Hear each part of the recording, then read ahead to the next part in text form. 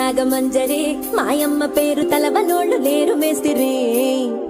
కళాకారుల ఫ్యామిలీ మరి నే గజ్జ కడితే నిద్రపోదు నిండు రాత్రి